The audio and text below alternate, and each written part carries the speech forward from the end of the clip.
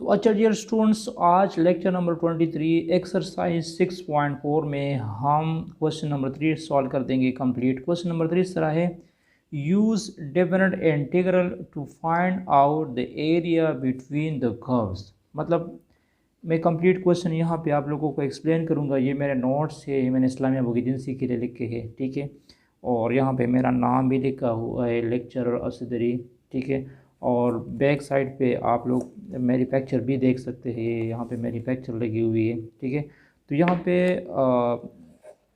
Question number 3 इस तरह है, use definite integral to find out the area between the curves f of x and x axis over the indicated interval a b।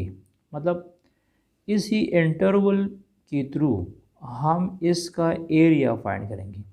तो यहाँ पे देखें, मैं ये फिगर भी बना दूंगा कि इस फिगर का मतलब क्या है और हम इसका एरिया कैसे फाइंड करेंगे 4 माइनस एक्स स्क्वायर का इसी इंटरवल के अंदर, ठीक है। तो हैंड राइटिंग नोट्स है, काफ़ी अच्छे नोट्स है, मैंने बहुत मेहनत की इस पर, ठीक है। किसी भी के किसी भी शॉप में आपको ये नोट्स मिल सकती है, ठीक है। इस्लामिया बुक एजेंसी नोट्स है, ठीक है। इस तरह मैंने फर्स्ट ईयर 9th क्लास और 10th क्लास के नोट्स भी लिखे हैं। तो यहाँ पे देखो 4 माइनस एक्स स्क्वायर, तो इधर आप लोग देख ले, यहाँ हमें गिवन है f of x is equal to 4 minus x square और साथ में हमें इंटरवल भी गिवन है 0 to 3, ठीक है।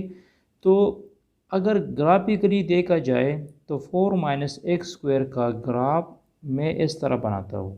4 ये पैराबोलिक है, अगर एक्स मतलब इसका ग्राफ इस तरह बनता है कि अगर मैं इसमें 0 पुट करूँगा तो हमारे पास आ जाएगा 4, ठीक है। एक्स की जगह मैं 0 पुट करूँगा तो 4 आएगा, एक्स की जगह 1 पुट करूँगा तो 4 माइनस 1 से 3 आ जाएगा, इधर आ जाएगा, ठीक है। मतलब 1 पे हमारे पास 3 आ जाएगा। जब एक्स की जगह 2 पुट करूँगा तो 2 पे हमारे पास 0 आ जाएगा, और जब एक्स की जगह 3 पुट करूँगा तो 4 माइनस 9 से -5 आ जाएगा, तो ये -5 पॉइंट है, फिर डिवीजन में आ जाएगा, ठीक है। तो हम अपना इंटीग्रल, ये जो इंटरवल है, 2 पार्ट्स में डिवाइड करते हैं। तो अपर जो एरिया आएगा, ये जो अपर एरिया आएगा ये 0 से लेकर 2 तक है। ये एरिया हमारे पास 0 से लेकर 2 तक है, और 2 से 3 तक ये एरिया मतलब 4th क्वाड्रेंट में आ चुका है। तो हम इंटीग्रेशंस की पार्टीशन करेंगे, मतलब जो 3rd या 4th क्वाड्रेंट में एरिया आएगा उसको हम माइनस कर देंगे, और जो ऊपर एरिया आएगा वो पॉजिटिव होगा। तो मतलब हमारे पास जो कंप्लीट इंटीग्रल है वो 0 से लेकर 3 तक है, 0 to 3 4 minus x square into d x, ठीक है।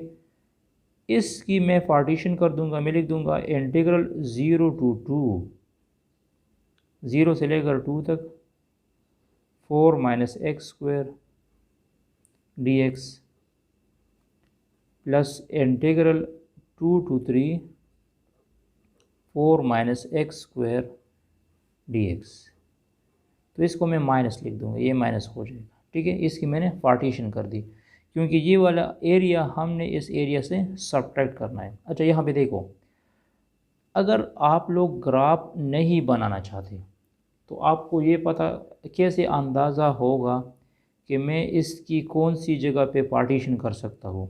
तो आपको जो इक्वेशन गिवन होगा 4 माइनस एक्स स्क्वायर, उसकी फैक्टराइजेशन कर दो। तो जब मैं इसकी सोल्यूशन निकालूंगा तो वो क्या बनता है, x इज इक्वल टू +-2।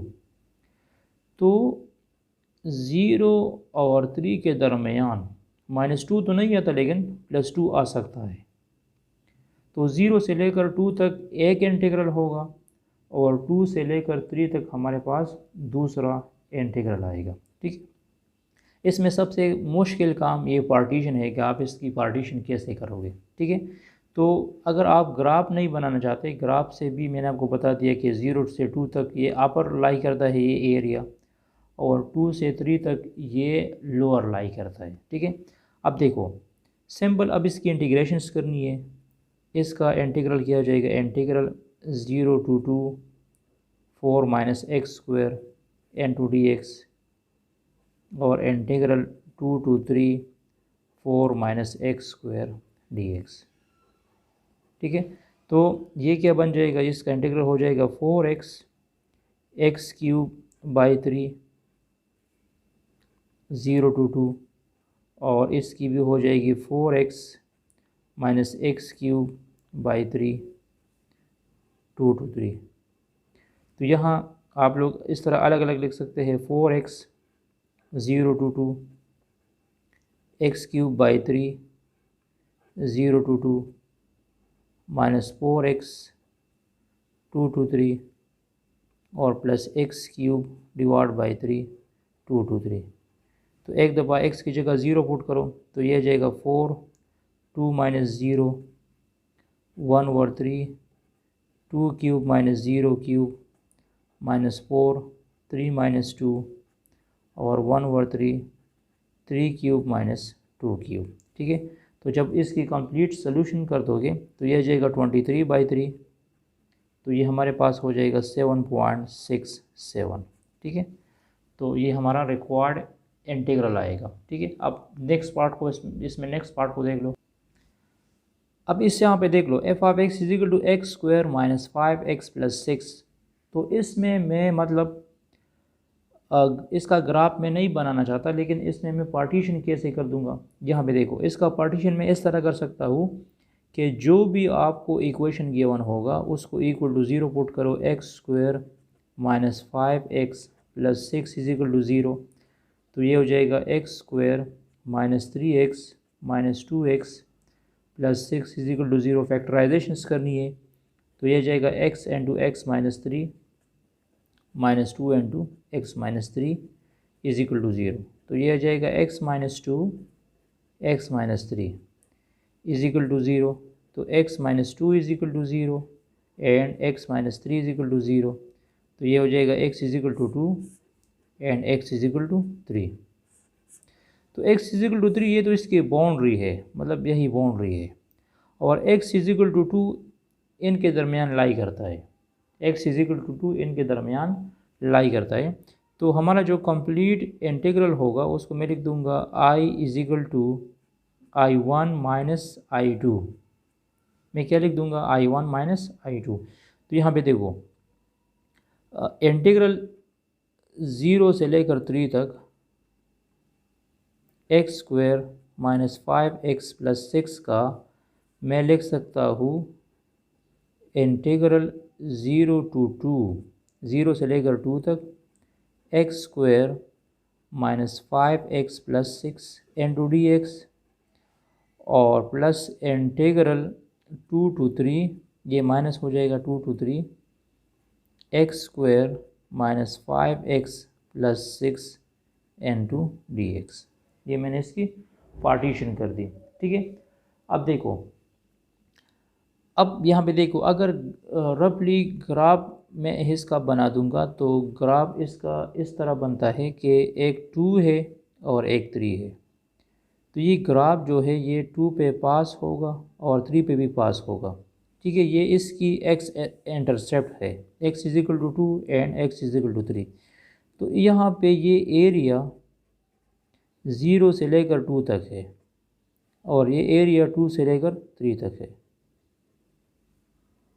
0 से लेकर 2 तक ये एरिया आएगा। तो ये जो लोअर में एरिया आएगा, ये वाला एरिया, ये हम इससे माइनस कर देंगे। ठीक है, तो अगर आप लोग ग्राफ नहीं बनाना चाहते तो इसके फैक्टराइजेशन से भी आप लोग पार्टीशन कर सकते हैं। अब सिंपली इसकी इंटीग्रेशन लेनी है, तो ये हो जाएगा x³/3 minus 5x²/2 into 6x 0 to 2 और बाकी x³/3 minus 5x²/2 plus 6 2 to 3। बाकी आप इसका इंटीग्रेशन खुद फाइंड कर सकते हैं।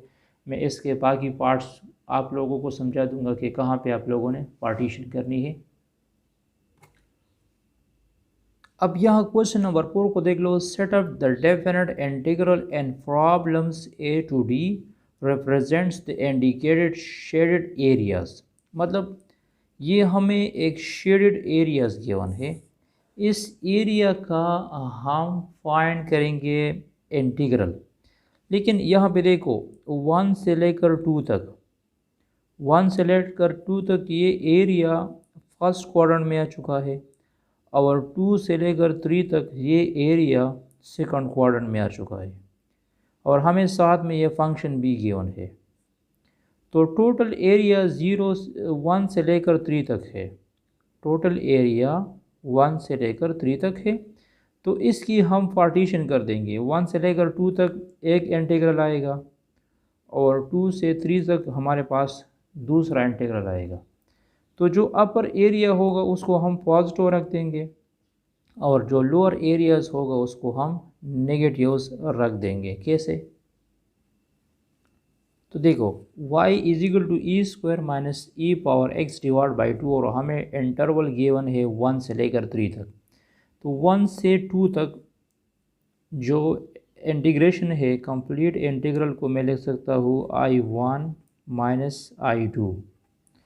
तो कंप्लीट इंटीग्रल इस तरह मैं लिख सकता हूँ, मैं लिख दूंगा integral from 1 to 3 e power 2 e power x divide by 2 into dx is equal to integral 1 to 2 e square e power x divided by 2 dx plus integral 2 to 3 e square e power x divided by 2 into dx। ठीक है, ये हम minus में लिख देंगे, sorry ये area हमेशा minus होगा इस एरिया से जो लोअर केस में आएगा। तो अब इसकी इंटीग्रेशन में कैसे फाइंड करूँगा, 1 और 2 को मैं बाहर लिख दूँगा, यहाँ मैं लिख दूँगा e square into d x e power x into d x, और यहाँ पे है 1 2 2 1 2, और साथ में मैं लिख सकता हूँ 1 over 2 integral 2 to 3 E square d x integral 2 to 3 E power x D x.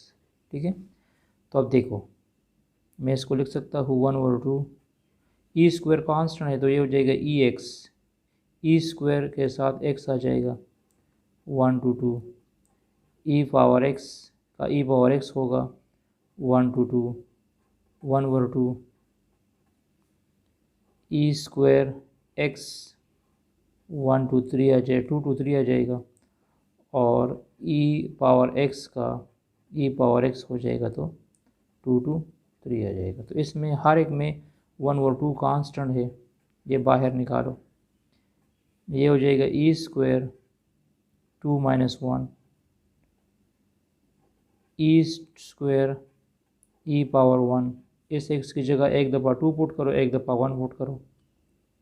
Similarly यहाँ पे ई स्क्वायर तो कांस्टेंट है तो आ जाएगा 3 माइनस 2, और यहाँ पे आ जाएगा माइनस माइनस प्लस हो जाएंगे, प्लस E3 माइनस E2। ठीक है, तो देखो ये हो जाएगा 1 ओवर 2 ई square into 1 minus E square plus E1 minus E square से आ जाएगा, और इससे आ जाएगा E cube minus E square. ठीक है, तो यहाँ पे देखो ये ई स्क्वायर माइनस ई स्क्वायर के साथ कैंसिल हुआ, और बाकी आप लोग 1 ओवर 2 ई क्यूब माइनस ई स्क्वायर माइनस ई पावर 1 की कैलकुलेटर पे वैल्यूज़ फाइंड कर सकते हैं। ठीक है, तो ये हमारा रिक्वायर्ड आंसर आएगा। नेक्स्ट प्रॉब्लम्स को देख लो। सिमिलरली इसको देख लो, यहाँ पे हमारे पास इंटीग्रल होगा 0 से लेकर 2 तक, हमारे पास इंटीग्रल होगा 0 से लेकर 2 तक, लेकिन 0 से लेकर 1 तक ये एरिया मतलब फोर्थ क्वाड्रेंट में आता है। ठीक है, तो इसको आप लोग I2 कह सकते हैं, और ये एरिया फर्स्ट क्वाड्रेंट में लाई करता है तो इसको आप लोग I1 कह दो। तो मतलब जो हमने कंप्लीट इंटीग्रल, इसके लिए हमने इंटीग्रल लिखना है तो वो मैं कैसे लिख दूंगा, ये वाला एरिया माइनस करना है इस वाले एरिया से, तो इसका इंटीग्रल मैं इस तरह लिख सकता हूँ। तो यह हमें फंक्शन गिवन है y is equal to e power x minus e, और कंप्लीट इंटीग्रल 0 से लेकर 2 तक मैं इसको इस तरह लिख दूंगा कि 0 से लेकर 1 तक ये कहाँ पे लाई करता है, फोर्थ क्वाड्रेंट में ये एरिया लाई करता है, तो ये माइनस होगा।